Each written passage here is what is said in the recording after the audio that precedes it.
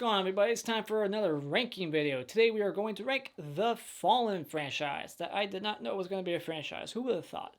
But we're 3 movies in now, and hopefully we don't get a 4th one because it's just tired and done at this point. But I've watched all 3 now. What's at the bottom of my list? Angel Has Fallen. This movie was awful. I didn't find anything entertaining in this movie at all. At least the first 2 are like close to like quality, and like one like the one's like a step down below. This one was all the way fucking down here. It's awful. Angel Has Fallen has no charm to it when it comes to like Gerard Butler. He has no fun moments. The action is shot terribly. It's lit poorly in a few action scenes, so you don't know what the hell's going on. There's asinine, crazy moments that are just like unrealistic as fuck. But you can expect that in some action movies and it'd be okay. In this one, I just hated the movie so much that when stupid stuff would happen, it just pissed me off more. You got dumb comedy inserted in this movie in moments where it's like, really? We're going there? And then all this dumb drama that's uninteresting and cliche as hell. You got a generic story. It's ripping off 2 different films. You got Taken 3 and you got White House Down fused together to make this bullshit story. The movie just lacks a soul. There's no freaking like charm or entertainment to it at all. It's just like lifeless. It's like, oh, this feels like a million other movies I've already seen, except just awful. But anyways, let's move on to my number 2.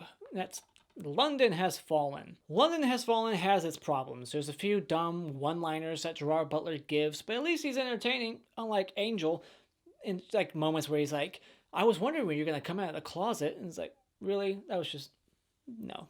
Come on, stop. The plan that these terrorists have and how they succeed in almost everything is just like, really, how the fuck did they plan all of that and succeed? And like they all like got like cop uniforms. It's like you have to stretch your imagination, like suspend disbelief in a lot of moments, but at least there's entertainment to be had. There's good action like sprinkled throughout. It doesn't get really boring or anything. It's a pretty well paced movie, and you even got like this really long one shot tracking shot that goes on for like ever on that street when they're all fighting. It's pretty damn awesome. But yeah, Mike Banning, he's just fun in this movie. I love him in this one. He's even maybe a little bit more entertaining in this one than Olympus, but especially that moment when he's in the car and then one guy like the motorcyclist like breaks through the back windshield, and then he's like, fuck you, and he's like, oh fuck me, and he like throws him up against the wall, something like that. There's fun moments in this movie, and that's why it's my number 2. And of course, number 1 is Olympus Has Fallen, the one that started it all, the original. This one's the most brutal, and it's directed by Antoine Fuqua. Yeah, he directed The Equalizer and Equalizer 2, Magnificent 7, Training Day.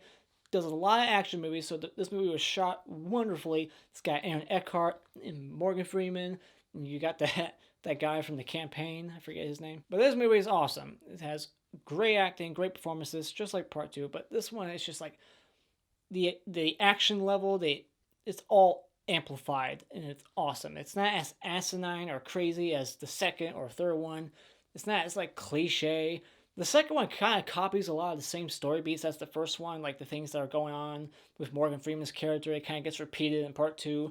There's things that are just kind of like done again in part 2, which is another thing that kind of weighs it down below this one. It's like, yeah, we've been there, done that. But this one is just fun from beginning to end. I love this movie. It's better than White House Down. It's just brutal as hell. Lots of fight scenes and Mike Banning being totally badass. This is him at his most badassery right here. Stabbing guys in the legs and like torturing them in chairs and like sticking knives up their throat. That's what we come to these action movies to see. We want to see gunfights, knife fights, and you get it in this one. It's got that cliche like ticking clock at the end. We want to blow up all the nukes, and he's got to like hit the like disarm code or something. It's like 3, 2, 1. Oh no! Stops it at the last second. But that's like the only like cliche thing in this movie. If you haven't seen any of these, the one I would recommend the most is Olympus Has Fallen. Maybe check out London Has Fallen. It's not as great, but there's still some fun moments in it. But completely avoid Angel Has Fallen. That movie was a giant waste of time and a fucking huge disappointment. But those are just my quick thoughts on the Fallen franchise. What's your ranking of these 3 movies? I'm curious to see what your thoughts are. Put them in the comments below. But anyways, thank you so much for joining me tonight. If you like what you've seen here, you can hit this like button over here to show me how much you liked it.